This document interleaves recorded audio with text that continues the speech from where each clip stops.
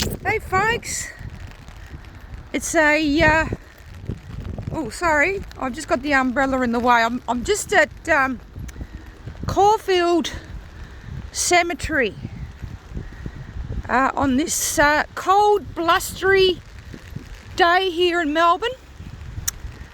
Caulfied Cemetery is basically on the corner of Hawthorne Road and North Road in Caulfield. I've been wanting to come here for a while because this place is surrounded by this huge red brick wall that goes all the way round. Sorry, it's quite blustery here and my umbrella's sort of going inside out. But as I was saying, this place is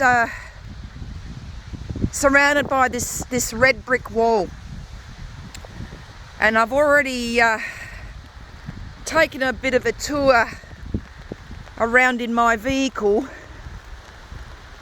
to work out where I would start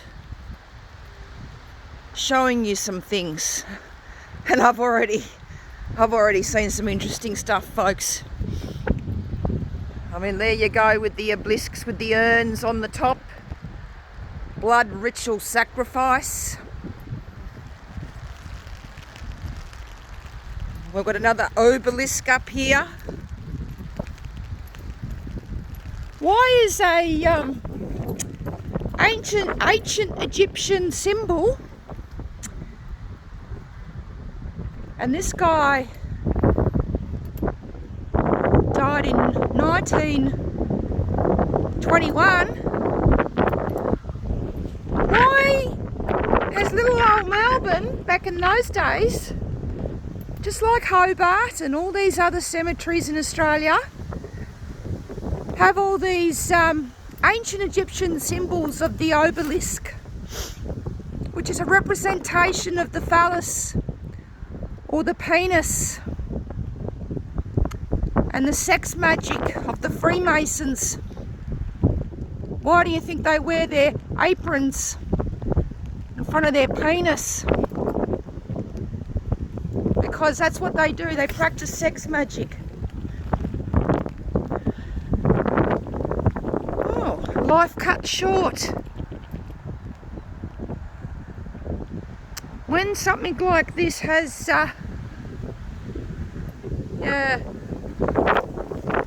that symbol up there means that life has been cut short, but I can't really read it. Now, you're going to find this interesting, folks. And whoever is buried here must have been very important. Have a look at this, folks. Charles Alfred, can't even read his name. But again, he was born 1867 and died in 1932. Have a look at this, folks, with all this ancient Egyptian symbology. This guy must have been a top knob pharaoh. If we look at the back,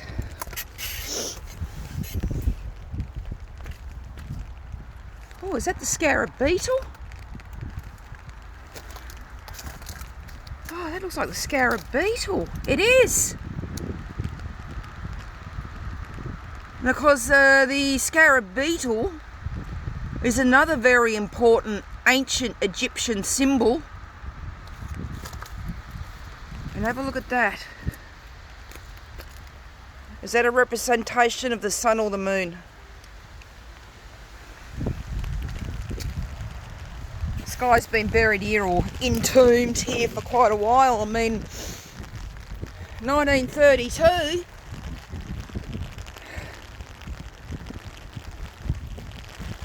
Yeah. You know, a lot of things don't add up. Especially Melbourne during 1870 to 1920. Things just don't add up. There it is. And as I was driving around to see where I could get in here, I mean, I could see all the obelisks, and they're more up here, the back of the cemetery. We're going to take a walk around, folks. Have a look at some of this symbolism. And there we have it again. Another life cut short with that symbolism. James Copley, who the hell were you?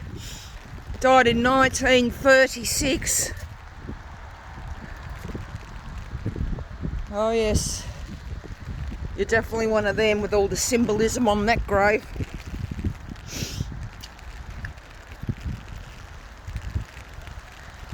Let's have a look up here. This is where all the obelisks are, up here further. This cemetery is quite big.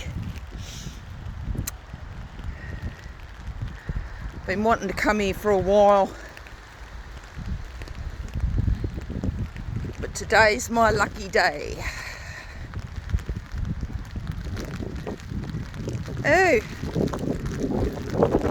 we have an urn up here with the cloaked shroud on it. Symbolism of satanic ritual abuse. There it is.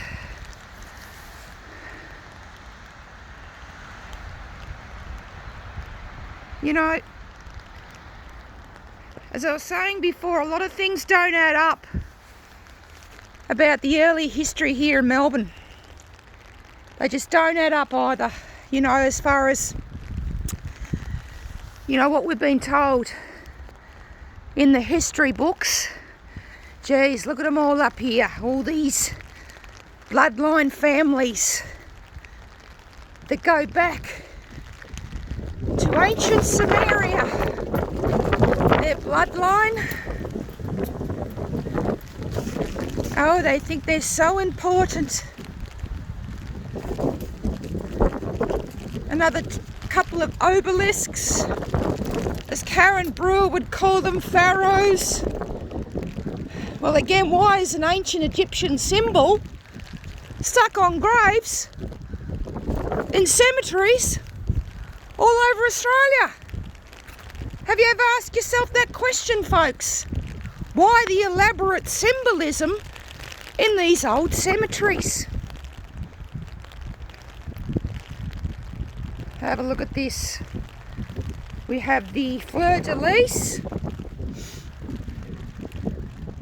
which is the same symbol that the Boy Scouts use. Another Freemason organisation.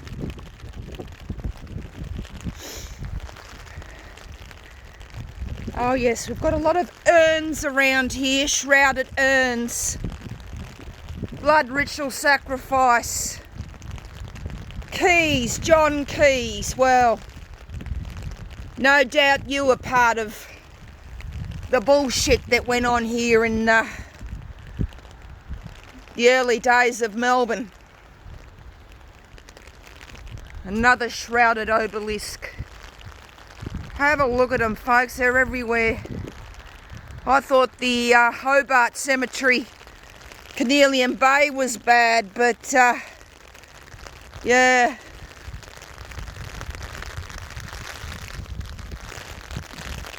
You know, one thing for sure, folks. So once you start to raise your consciousness, it affects your electromagnetic field, so that you are able to take on and process more information. Your brain has the capacity to do it because of your electromagnetic field. And of course, they don't want a race of enlightened beings. Oh no. They've been keeping us under control with all this mind control bullshit. But what a time to be alive, folks.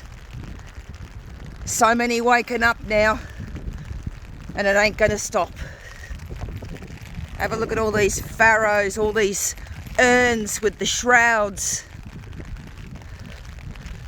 The urn is a symbol of bloodshed, satanic ritual abuse. And notice how they love to surround their graves with this wrought iron, with the fleur-de-lis. Look at the pyramid-shaped top of the headstone there. You know, that's why they call themselves the Illuminati. Because they believe they're better than us. They call themselves the Illuminated Ones because they've had access to more knowledge than us.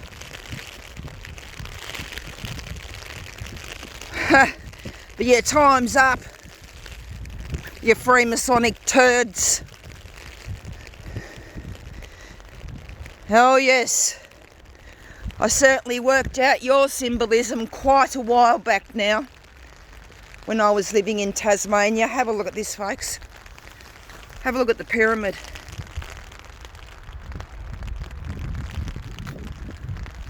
Look at that. The globe. There's a globe with 4 directions, telling us that they run the 4 directions of this earth, which I don't believe is a globe. I believe it's more a flat plane. Doesn't really matter. I mean, we're all finding it out anyway. I said I've relied on my gut instinct and intuition, especially back in 2009 and 2010, when I was on a trip to Tasmania and went to one of the old cemeteries and noticed a handshake on one of the headstones that was the exact same handshake that I was doing in the Mormon temple. Have a look at that, folks. What on earth is this supposed to represent? But as I was saying, I used to be a member of the Church of Jesus Christ of Latter-day Saints. I'm glad I was, because it was the first time in my life that I read the Bible and studied the Bible, especially the Old Testament. And it was in Genesis that I came across the word Nephilim and giants. Oh, here we go. You can't miss it. There's the old compass and square.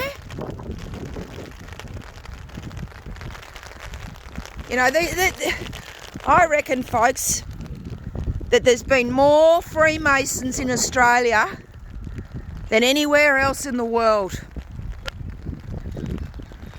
Why would they call us the lucky country and mock us? Because we haven't been no lucky country. We've been under MK Ultra mind control the whole time. But not now. But as I was saying, folks, I used to be a member of the Church of Jesus Christ of Latter-day Saints. Not an easy church to walk away from, as they tend to chase you up and hound you and want to know why you're not coming to church. But I'd been through the Mormon temple, which there is one here in Melbourne in Wanturna, and I've been through that Wanturna temple quite a lot, especially back in 2005. As you can see, the wind's quite strong. It's knocking my umbrella around.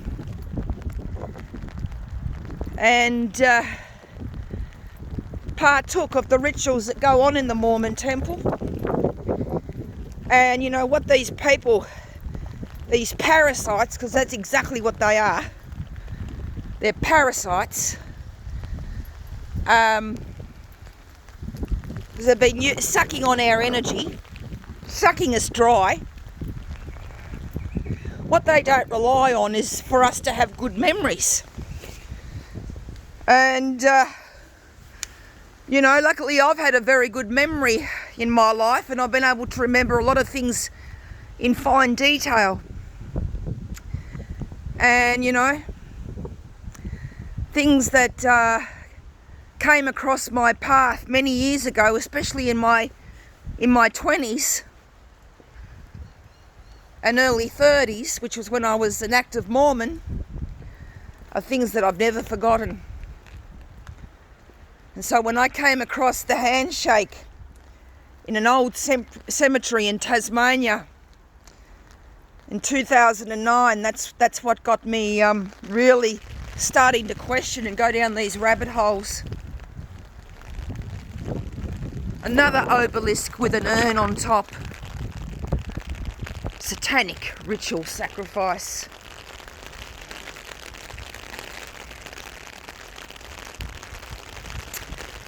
Yeah.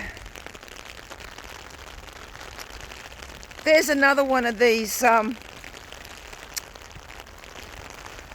looks like an obelisk that's been cut in half. But from memory, Karen Brewer explained that this was someone whose life was cut short. Definitely one of the Freemasonic families. I mean, look at the bloody granite. I mean, these parasites, these bastards, they just love granite, you know, because it harnesses frequency.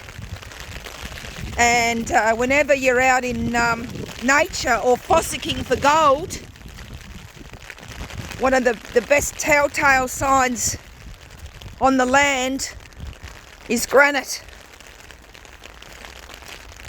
And of course our new Parliament House is made from granite.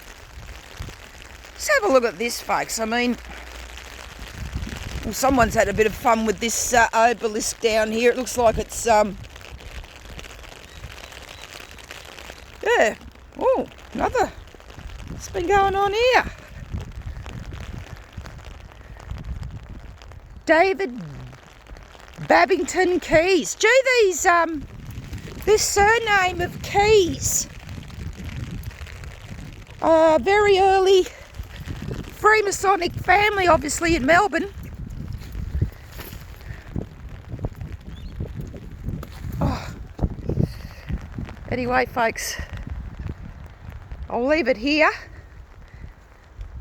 Hope you're all having a good day. Bye.